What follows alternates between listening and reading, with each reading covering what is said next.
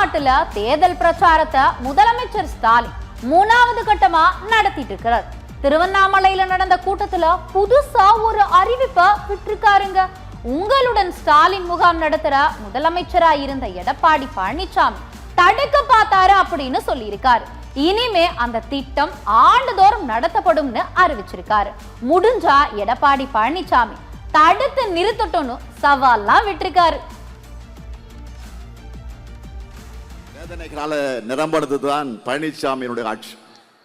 அவர்கிட்ட சாதனைகள் இருக்கா, அதனாலதான் ஊர் ஊரா போய் மக்களை எப்படி ஏமாத்தலான்னு திட்டமிட்டு புலம்பிட்டு இருக்கிறாரு. பழனிசாமியை பொறுத்த வரைக்கும் அவரும் ஒண்ணு செய்யல, நாம செய்க நல்லதையும் சகிச்சிக்க முடியல. அதனாலதான் உரிமை தொகை கிடைக்க காரணமாக இருந்த, மருத்துவ காப்பீட்டு திட்ட அட்டை கிடைக்க காரணமாக இருந்த, பல ஆண்டுகளாக கிடைக்காத பட்டா கிடைக்க காரணமாக இருந்த உங்களுடன் ஸ்டாலின் முகாம்களை நடத்தக்கூடாதுன்னு கோர்ட்ல போய் தடை கேட்டு போனார் கோர்ட்ல. ஆனா என்ன ஆச்சு? கோர்ட்ல 10 லட்சம் ரூபாய் அபராதம் போட்டு அனுப்பிட்டாங்க. இதுக்கு மேல பேசினா 20 லட்சம் ரூபாய் ஃபைன் போடுவேன்னு நீதிபதி எச்சரித்து அனுப்பினாங்க. உங்ககிட்ட பெரும் வரவேற்பை பெற்றிருக்கக்கூடிய இந்த ஸ்டாலின் முகாம்களை இப்ப சொல்றேன், ஆட்சிக்கு நாம தான் வரப்போறோம், அதுல எந்த சந்தேகமும் கிடையாது. வந்ததற்கு பிறகு மீண்டும் இனிமே இந்த முகாம், ஸ்டாலின் முகாம் என்பது இனிமே ஆண்டுதோறும் நடத்தப்படும்.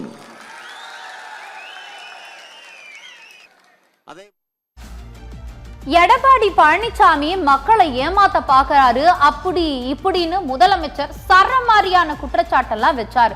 அத்தோட விட்டாரா முதலமைச்சர் ஸ்டாலின்? 100 நாள் வேலை திட்டத்தை முடக்கிற பாஜக அரசுக்கு எடப்பாடி பழனிசாமி முட்டு கொடுத்துட்டு இருக்காருன்னு சொல்றாரு. இப்ப 200 நாள் வேலை கொடுப்போம்னு உருட்டுறாங்கன்னு விமர்சனம் எல்லாம் பண்ணிருக்காரு.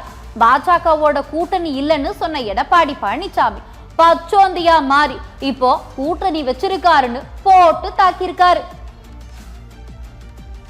அதே போல 100 நாள் வேலை திட்டத்திலையும் கிராம மக்களுக்கு துரோகம் பண்ணவர் தான் பழனிசாமி. 100 நாள் வேலை திட்டம் எவ்வளவு முக்கியம்னு உங்களுக்கே நல்லாவே தெரியும். அதை ஒன்றிய பாஜக அரசு சிதைச்சு அதோட நோக்கத்தையே மாத்திட்டாங்க, பேரையே மாத்திட்டாங்க.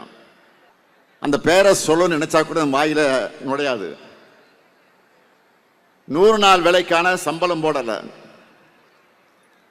புதுசா வேலை தர்றதையும் நிப்பாட்டிட்டு அதோடு நிறுத்திட்டாங்க.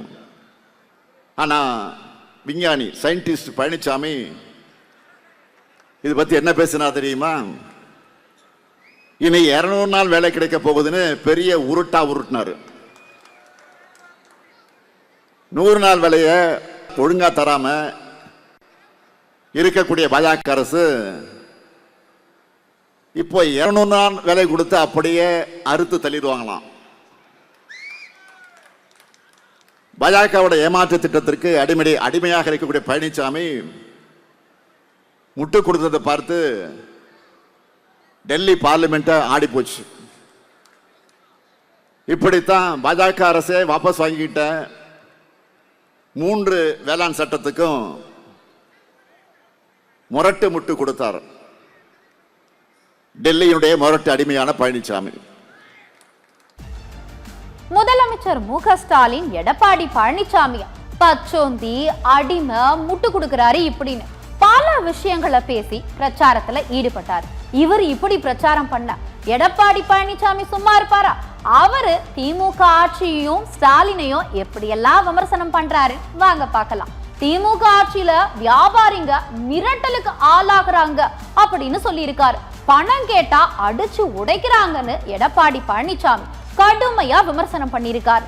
தமிழ்நாடு சட்டமன்ற தேர்தல டெல்லியோட தான் போட்டின்னு சொல்ற ஸ்டாலினுக்கு டாக்டர் பட்டம் கொடுக்கலான்னு கிண்டல் அடிச்சிருக்காரு. முத்தான திட்டங்கள் நிறைய நிறைவேற்றிருக்காரா? அவர் சொன்ன மாதிரி முத்தான திட்டம் கஞ்சா விற்கிற திட்டம், அது அருமையா வித்துக்கிட்டு இருக்குது. வேற எந்த ஒரு புதிய திட்டமும் இந்த ஆட்சியில சென்னை மாநகர மக்களுக்கு கிடைக்கல. அப்புறம் தமிழ்நாடு அணியா டெல்லி அணியா, தமிழ்நாடு அணியா டெல்லி அணியா புதுசா கண்டுபிடிச்சிருக்காரு. டாக்டர் பட்டம் கொடுத்துடலாம் ஸ்டாலின். யோ எத்தனை தடவை தான் சொல்றது, தமிழ்நாட்டில் தேர்தல் நடக்குது திரு ஸ்டாலின் அவர்களே, தமிழ்நாட்டுக்கு வா. இல்லை டெல்லியிலேயே உட்கார்ந்துருக்கிறாரு. ஏதோ டெல்லியில் பயமாட்டு இருக்குது ஸ்டாலினுக்கு. ஸ்டாலின் எடப்பாடியை கலாச்சா, எடப்பாடி திரும்ப டாக்டர் பட்டம் கொடுங்க அப்படி இப்படின்னு பேசியிருக்காரு. திமுக அரசு முதலமைச்சர் ஸ்டாலின் மேல எடப்பாடி பழனிசாமி சரமாரியா குற்றம் சொல்லி பேசுவார். இப்போ ஸ்டாலின் வைக்கிற குற்றச்சாட்டுக்கு எடப்பாடி பழனிசாமி பதிலெல்லாம் சொல்லியிருக்காரு.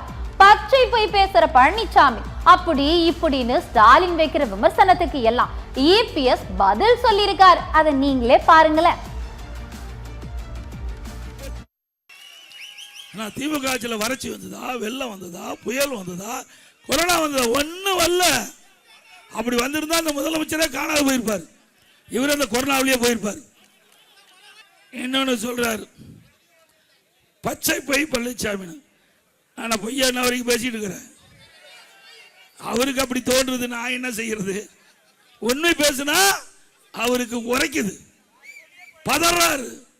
ஸ்டாலின் அவர்களுக்கு உண்மை பேசிக்கிட்ட பொழுது பதறாரு.